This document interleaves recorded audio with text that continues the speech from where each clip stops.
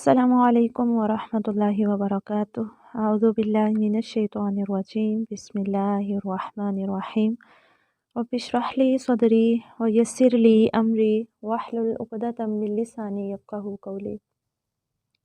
हम मखारिज को देख रहे थे पिछले लेसन में। आज हम उसे इंशाल्लाह मुकम्मल कर लेंगे। जो बाकी रह गया है हिस्सा इनका वो देखते हैं। आगे हम थोड़े से दांतों के नामों को भी याद करेंगे। आप चाहें तो डिटेल भी इसकी याद कर सकते हैं। कुरानी कायदा की बैक साइड पे, कुरान की बैक साइड पे बहुत से जगहों पे आपको नज़र आएंगे। दांतों के नाम भी बहुत डिटेल से दिए हुए हैं और मखारिज भी।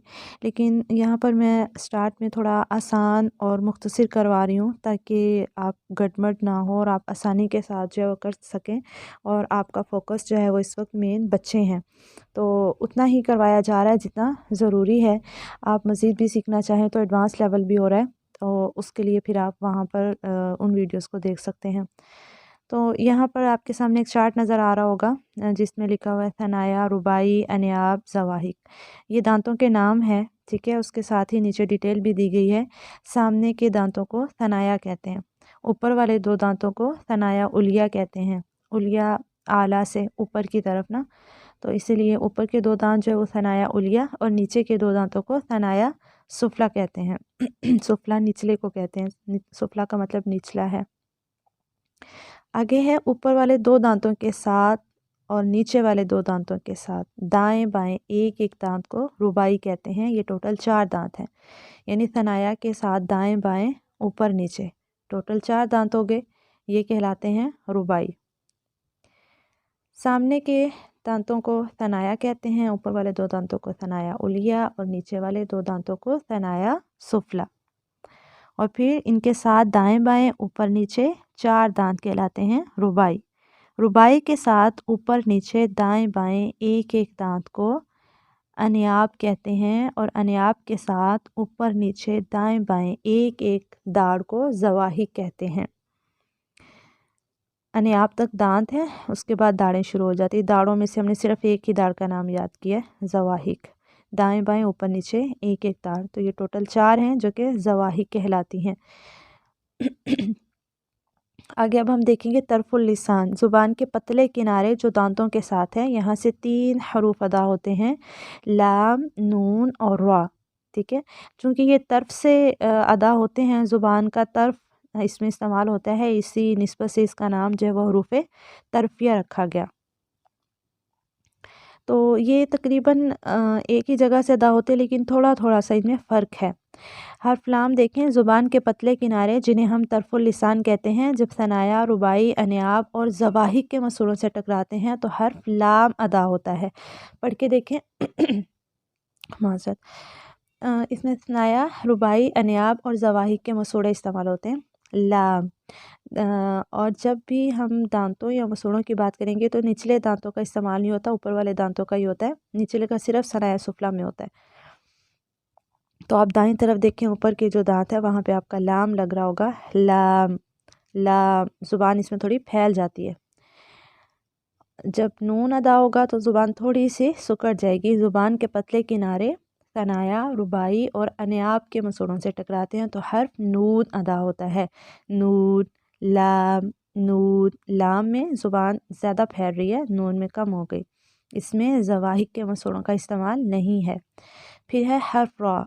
इसके बाद जब ज़ुबान की पुश्त और पतले किनारे, ज़ुबान की पुश्त जैसे कि मैंने आपको बताया था, ज़ुबान की नोक से पीछे का हिस्सा जिसे ज़हरुल लिसान भी कहते हैं, ज़ुबान की पुश्त और पतले किनारे थनाया और रुबाई के मसूड़ों से टकराते हैं तो रॉ अदा होता है, रॉ रॉ रॉ, ठीक है। इसमें आप देखें ज़ुबान थोड़ी सी और सुकड़ गई।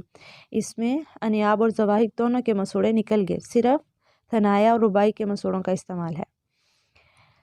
इसी निस्बत से इन हरूफ को हरूफ़ तरफिया कहते हैं, क्योंकि ये तरफुल लिसान से अदा होते हैं। उसके बाद है हाफ़ातुल लिसान, ज़ुबान के मोटे किनारे जो दांतों के साथ है, हाफ़ातुल लिसान कहलाते हैं। यहाँ से एक हर्फ अदा होता है, ज़ा। ज़ुबान के मोटे किनारे जिन्हें हाफ़ा कहते हैं, जब ये ऊपर की 5 दाढ़ों की जड़ से दाएं या बाएं या दोनों जानिब टकराते हैं तो हर्फ ज़ा अदा होता है। ये सबसे बड़ा मखरज कहलाता है क्योंकि इसमें पूरा हाफ़ा शामिल है।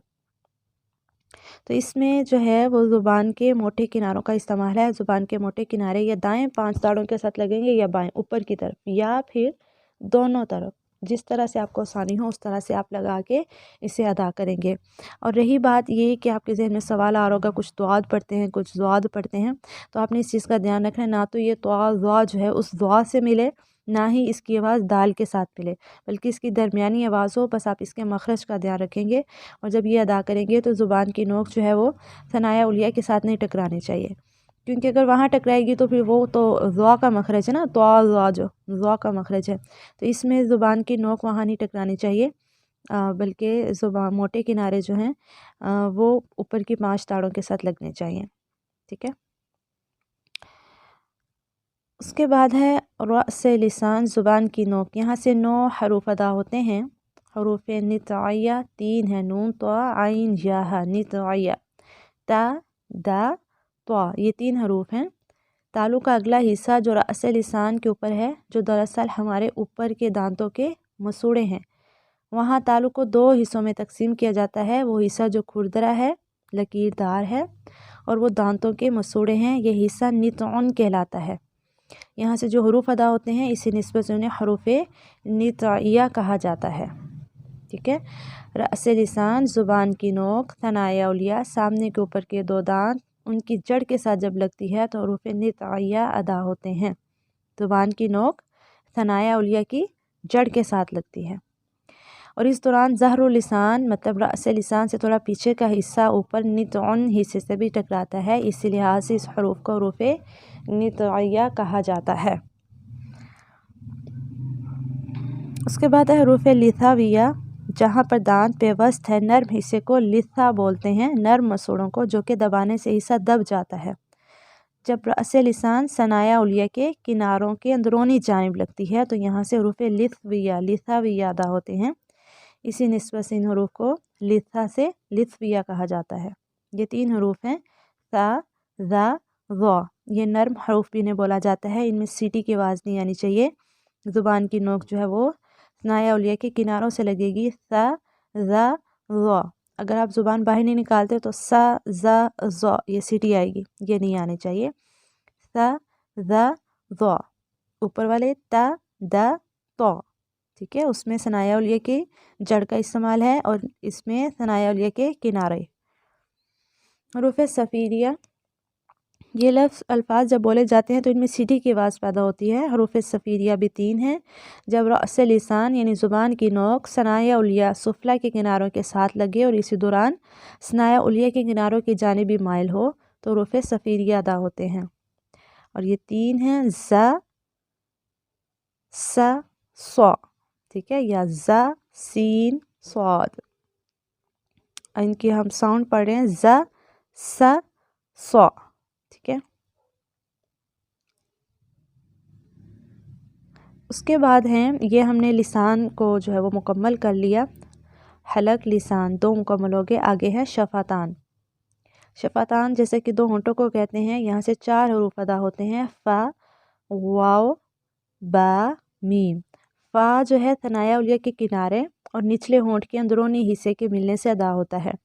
آپ پڑھ کے دیکھیں تو آپ کو خود ہی لگے گا ثنایا علیہ کے کنارے نچلے ہونٹ کے تری والے حصے سے لگ رہے ہیں، فا، فا، ٹھیک ہے۔ واو دونوں ہونٹوں کے گول ہونے سے ادا ہوتا ہے، اور با دونوں ہونٹوں کے اندرونی تری والے حصے کو ملانے سے ادا ہوتا ہے، با، اور میم دونوں ہونٹوں کے بیرونی خشکی والے حصوں کو ملانے سے ادا ہوتا ہے، ٹھیک ہے۔ اس کو آپ ساتھ ساتھ پڑھ کے دیکھیں تو آپ کو فیل بھی ہوگا کہ واقعی میں وہیں سے حرف حروف ادا ہو رہے ہیں۔ اس کے بعد چوتھی جو جڑ ہے وہ کیا ہے، جوف دہن، منہ کے خالی حصے کو جوف دہن کہتے ہیں۔ یہاں سے 3 حروف ادا ہوتے ہیں، الف، واو اور یا، یعنی اگر ہم الف مدہ، واو مدہ، یا مدہ کہیں گے تو زیادہ سمجھ آئے گی۔ یہ حروف منہ کے خالی حصے سے ادا ہوتے ہیں اور ان کو پڑھتے ہوئے ایک ایک الف کے برابر لمبا کیا جاتا ہے، جیسے با، بو، بی، ٹھیک ہے۔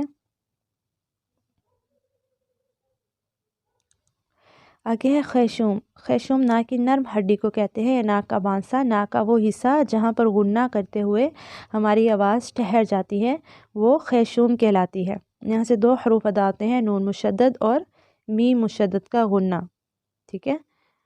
تو یہاں پر الحمدللہ اصول مخارج جو ہے وہ مکمل ہوئے۔ آپ اس کو اچھے سے دہرائیں، نوٹس بنائیں، اپنے ہاتھوں سے لکھیں اور اس کو یاد کریں۔ باقی کا ہم اپنے اگلے لیسن میں دیکھیں گے۔ السلام علیکم ورحمۃ اللہ وبرکاتہ۔